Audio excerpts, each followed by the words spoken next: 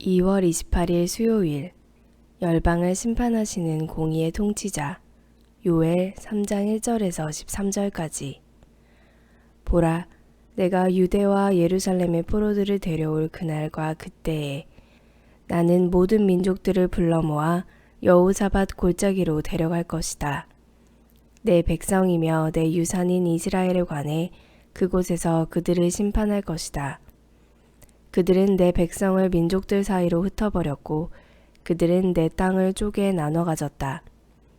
그들이 내 백성들을 두고 제비뽑기를 했고 남자아이들을 장녀에게 내주었으며 여자아이들을 팔아서 포도주를 사 마셨다. 두로와 시돈과 블레셋의 온 땅아, 너희가 내게 무엇을 하려고 하느냐? 내가 한 대로 너희가 내게 갚아주겠다는 것이냐? 너희가 내게 보복을 한다면 나는 너희가 한 짓을 너희 머리 위에다 그 즉시 갚아줄 것이다. 너희가 내 은과 내 금을 취하고 값진 내 보물을 너희 신전으로 가져갔다. 너희가 유다 자손들과 예루살렘 자손들을 그리스 사람들에게 팔아 자기 나라 땅에서 멀리 떠나보내버렸다. 너희가 그들을 팔아 넘겼지만 그곳에서 그들을 일으켜 세우고 너희가 한 짓을 너희 머리 위에 돌려주겠다. 내가 너희 아들들과 딸들을 유다 자손들의 손에 팔 것이고 그들이 다시 저 먼 나라 스바 사람들에게 팔 것이다. 여호와께서 말씀하셨다. 너희는 민족들 가운데 이렇게 선포하라.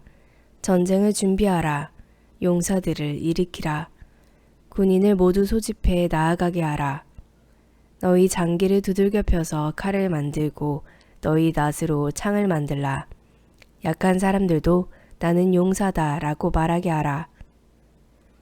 사방의 모든 민족들아, 어서 오라. 그곳에 모이라. 여호와여, 당신의 용사들을 내려보내소서. 민족들이 일어나 여호사밧 골짜기로 나아가게 하라. 내가 그곳에서 사방의 민족들을 심판하기 위해 머무를 것이다. 낫을 휘두르라. 추수할 것이 익었다. 와서 포도를 밟으라. 포도주 틀이 가득 찼고 큰 통에 흘러 넘친다. 그들의 악함이 몹시 크구나. 오늘의 말씀 요약. 하나님이 유다와 예루살렘 가운데서 사로잡힌 자를 돌아오게 하실 때 이스라엘을 흩어버린 민족을 여호사밧 골짜기에서 심판하시고 그들이 행한 것을 되돌리실 것입니다.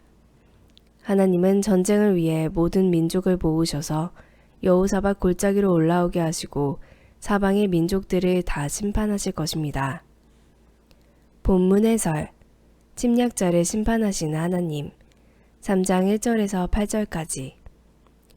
하나님은 행위대로 갚으시는 공의의 심판자십니다. 이스라엘의 죄를 심판하신 하나님은 침략자의 죄에 대해서도 심판하십니다. 하나님이 두로와 시돈과 블레셋을 향해 너희가 내게 무엇을 하려고 하느냐? 내가 한 대로 너희가 내게 갚아주겠다는 것이냐? 라고 물으십니다. 그들은 예루살렘 성전 제물을 가져다가 자신들 신전에 두었고 이스라엘 사람들을 다른 나라의 노예로 넘겼습니다. 이는 하나님의 소유를 도둑질한 것과 같습니다. 하나님은 그들의 행위대로 갚겠다고 선언하십니다. 하나님은 악인의 악을 벌하시고 선인에게 복을 주시는 공의의 심판자십니다. 하나님이 두로, 시돈, 블레셋을 심판하시는 이유는 무엇인가요? 행위대로 갚으시는 하나님 앞에서 내가 버려야 할 옳지 못한 행실은 무엇인가요? 전쟁을 준비하시는 하나님. 3장 9절에서 13절까지. 하나님은 전쟁을 준비하십니다.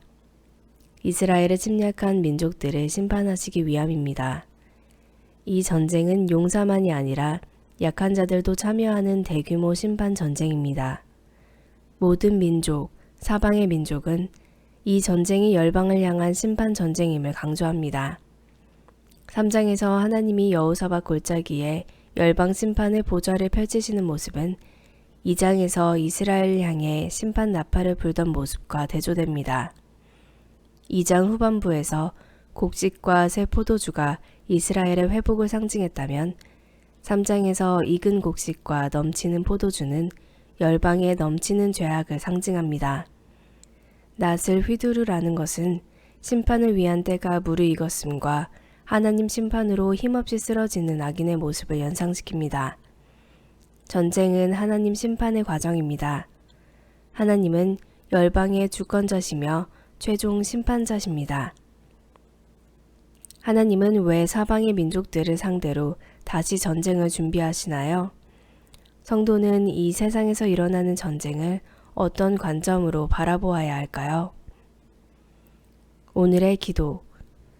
하나님, 대적자들의 웃음을 탄식으로 하나님 백성의 눈물을 기쁨으로 바꾸실 하나님을 찬양합니다. 대적자들의 강성함도 능히 단번에 꺾으시는 하나님을 신뢰하게 하소서. 택하신 백성을 붙드시고 인도하시는 하나님을 바라보며 늘 하나님 편에 서는 담대한 믿음을 주소서. 묵상 에세이. 심판 뒤에 숨겨진 사랑. 다시 새롭게. 이규현. 하나님의 심판은 시대마다 있었습니다. 심판이 없다면 기독교의 메시지는 의미가 없습니다. 심판이 없다면 구속받을 이유가 하나도 없으니 마음대로 살면 됩니다. 그러나 하나님의 인내가 끝나고 하나님이 악에 대해 심판하실 날은 반드시 옵니다. 심판은 두려운 것이며 하나님의 심판은 혹독합니다. 그러므로 하나님의 경고를 받는 자는 반드시 돌이켜야 합니다. 하나님은 그분의 백성 이스라엘에게 수없이 경고하셨습니다. 그들은 여러 행태의 고난을 겪었지만 하나님의 특별한 사랑을 받았습니다. 하나님이 택하시고 사랑하시는 백성은 하나님이 책임지십니다. 그러나 특권과 책임은 붙어 다닙니다. 하나님 백성은 아무렇게나 살면 안 됩니다. 하나님의 심판과 경고는 그분의 관심과 사랑의 표현입니다. 하나님이 간섭하신다는 것은 축복입니다. 하나님은 그분의 백성을 내버려 두지 않으시고 어떤 방식으로든 다루십니다. 그리스도인은 하나님의 간섭하심을 경험하는 것을 다행으로 여겨야 합니다. 암에 걸렸다는 의사의 말을 환자가 무시한다면 어떻게 되겠습니까? 자신의 병을 인정하지 않고 수술을 거부하고 생활 습관도 고치지 않고 약도 먹지 않는 사람은 병을 고칠 수 없습니다.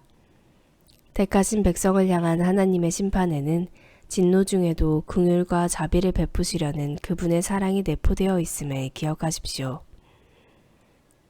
한절 묵상. 요엘 3장 5절에서 6절까지. 비록 죄로 인해 징계하실지라도 하나님은 그분 백성이 당하는 고통을 긍휼히 여기십니다. 하나님 백성을 무너뜨린 원수들로 인해 그분 이름과 거룩함이 실추되는 것에 분노하십니다. 하나님은 때가 되면 그분 백성을 구원하시고 원수를 심판하십니다.